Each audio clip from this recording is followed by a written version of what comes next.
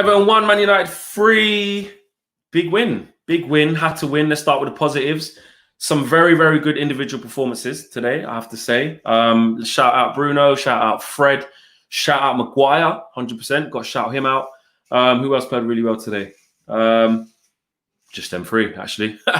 Just them three. De Gea couldn't really do much about the goal as well. So those three, the pick of the bunch. And we've won the game. That's the first thing. We've won the game, and you have to be pleased about that.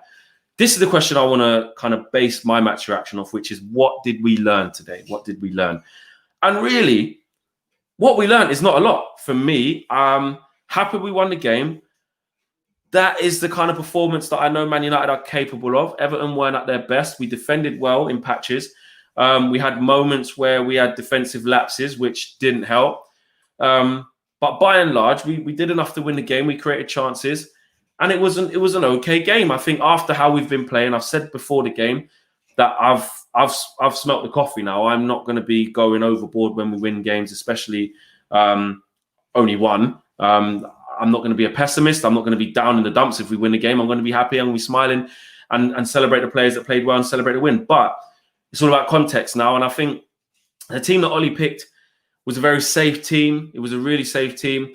It worked for him, so big up to that. And you know what? That they showed a lot of they showed good mentality after going 1-0 down, because actually the first 5 minutes we dominated the ball, had a good few exchanges, but it was actually Everton who had the first look in, and that is what I was saying in terms of what did our possession mean. Everton had the first look in from a Calvert-Lewin header that went just over the bar. So you're thinking, they're starting to settle down now.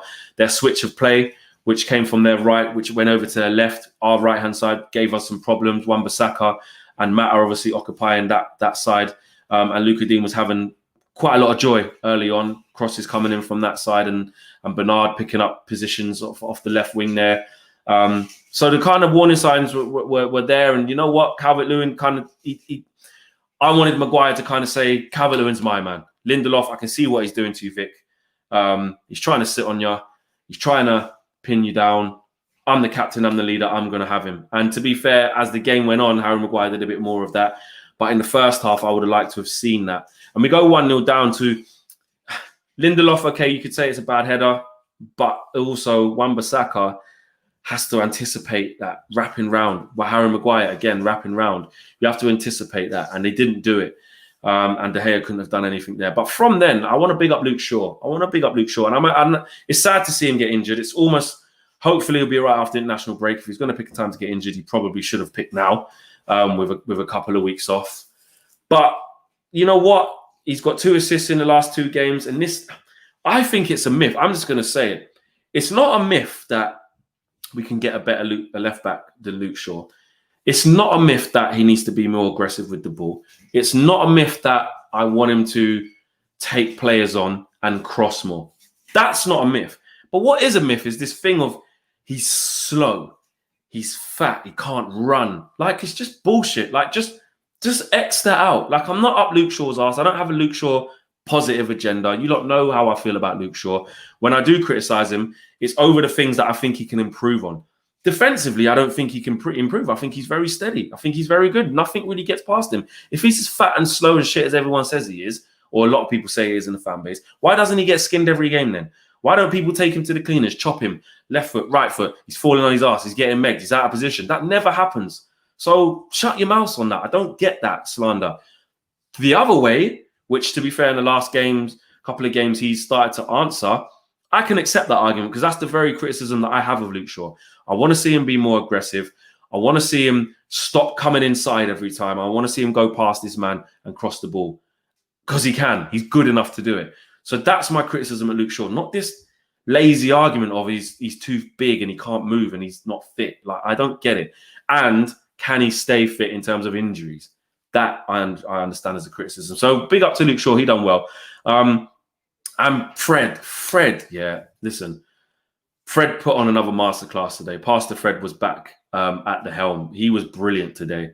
He was offering up some services again, because he was everywhere. Passing between the lines when Bruno or Rashford was in between the lines, making himself available, and Fred saw it. There were some passages of play where we were a little bit too comfortable in possession, going sideways. Fred had an eye for it. Can I punch it into Rashford's feet? Can I punch it into Bruno's feet? Can I get them on the half turn and then we can get the next phase of play? Yes, I can. There you go, have it. And it was simple passes, to be fair. Everton weren't good today. Let's have that right as well. Everton weren't good today. Parts of it is because we played well in patches, but a lot of it was due to them that actually Ancelotti would be scratching his head saying, why is my team playing so poorly? Because they weren't good. They left a lot of gaps for us to play in, but we still had to exploit it. And I think Fred done that well. He done also what he's renowned for, which is winning back possession quickly, winning back possession, snapping at people's ankles, nipping in, intercepting balls. And that's what I liked about Fred today. Technically, he could have been man of the match. When Bruno goes on to have the say that he had in the game with an amazing, great header, and he got an assist as well. When you have and he got the other goal as well because Rashford didn't actually score it. 2 goals and an assist. It has to be Bruno, but actually Fred could easily have been man of the match today. He was superb. McTominay, I thought was steady. In the first half, I thought he done okay. There was a couple of long range passes. He hit their destination well. His energy was good. Second half, there was a passage of play where he made one pass so obvious, knew where he was going to pass it, gave it away. Then he got the ball back straight away, gave it away, and then they were in. And then they had a chance where wasn't a nailed on chance, but it could have been trouble for us. That was kind of summed up his second half. But he didn't have a lot to do. Do you know what I'm saying? He didn't have a lot to do, and maybe that's to do with our shape and the fact that we played well, or the fact that he done his job well. And I will give him that he done his job well. But Bruno Fernandes today, I think, was the pick of the bunch. Look, I think there's some misconception. One guy added me, said, see, Fletch, you don't even rate him. It's an agenda. You wanted him dropped. I didn't want him dropped. What I'm saying is that just keep the same energy for all the players. The last couple of games, I think Bruno's been terrible, like a lot of players have. Bruno's far from the worst of our performances. I think Bruno, whether it's down to Ollie telling him just do what you want to do, or whether it's down to Bruno going, I'm going to do what I'm going to do, I think is positionally naive sometimes in terms of running after the ball, leaving gaps in behind, getting frustrated, vacating his space and going into somebody else's. They're all valid criticisms. Please, people, understand this. If you understand football, you can have valid criticisms of a player. However, Bruno is by far our most influential player. You have to agree with that. He has been our most influential player since he's come. And Bruno is somebody who, yes, will give away the ball and will frustrate, but he will have a say in games. But, when he was giving away the ball 34 times in the last game, and it was like people didn't really want to speak about that, keep the same energy. Say he had a shit game. Do you know what I mean? So, but Bruno was fantastic today. First goal, brilliant header from him. Took it really well. Not something you associate Bruno Fernandes. Arriving late, good header into the top corner. Pickford at full strength, so there's great pace on the header. And the ball he's played through to Rashford as well. Ends up getting the goal. Rashford should actually get his head on it and score, but doesn't. So he gets that goal. And you know what? He was teetering on the edge, Bruno. He was teetering on the edge with these. He was on the yellow card. There was a bit of petulance from him, I thought, at sometimes. But you know what? He kept going. I would have taken him off personally, just to save himself from himself. It looked like he was going to have one of them games where he was just going to get caught in the wrong challenge, lose his head, throwing his arms up, asking for yellows, leaving a couple in on Alan. I liked it to a certain extent, but when he was on a yellow, I was like, did we just change him here? But it worked out in the end. And you know what I liked most about his performance, to be fair? He had a mixed performance. But he made it a very good performance when he's through on goal, last minute of the game. Cavani's in a much better position than him. Could have gone for his hat-trick and tried it, which would have been a great finish if he could have finished from where he was. Could have tried it, but he didn't. He gave it to Cavani and slots him in, and Cavani was pretty clinical, to be fair. I want to talk about Marcus Rashford. Because I almost feel like every time I go to talk about Marcus Rashford, it's like you've got to put a disclaimer out. And the disclaimer is this: leave what he's doing off the pitch, because that's amazing. I don't need to say that, guys. Yeah, we know that. On the pitch, like, he just keeps making bad decisions. He gets into really good positions, but his weight of pass usually lets him down, or his choice of pass usually lets him down, or his finishing lets him down. It really frustrates me, guys. And this is why when people say Marcus Rashford is there, he's up there, he's the best, he's this, he's that, I'm like, just steady on. Just be cool with it. Just chill. He's growing. He will continue to grow. He will continue to improve. But when you see situations like this, and against Istanbul as well, he wasn't great. These are the reasons why you have to be patient with Marcus. Marcus can light it up, hit it in the top corner out of the blue from nowhere. But what he can do, which is actually more consistent, is have games like this. And that's what I want to see him eradicate from his game. For him, that's what I want to see him go to the next level. So, look, I don't want to slate Rashford.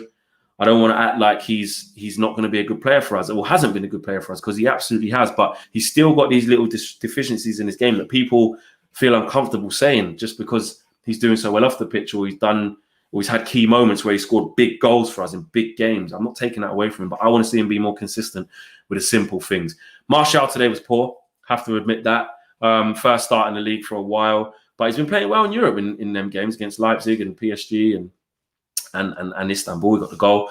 So he was poor today by his standards, but he still had moments where he looked after the ball well. He brought people into play well, received the ball in a half turn, gets running at the defense. He just, execution-wise, wasn't good today. So hopefully he's got gears to go up as well, because he wasn't clinical enough today. So look, Ollie lives to fight another day.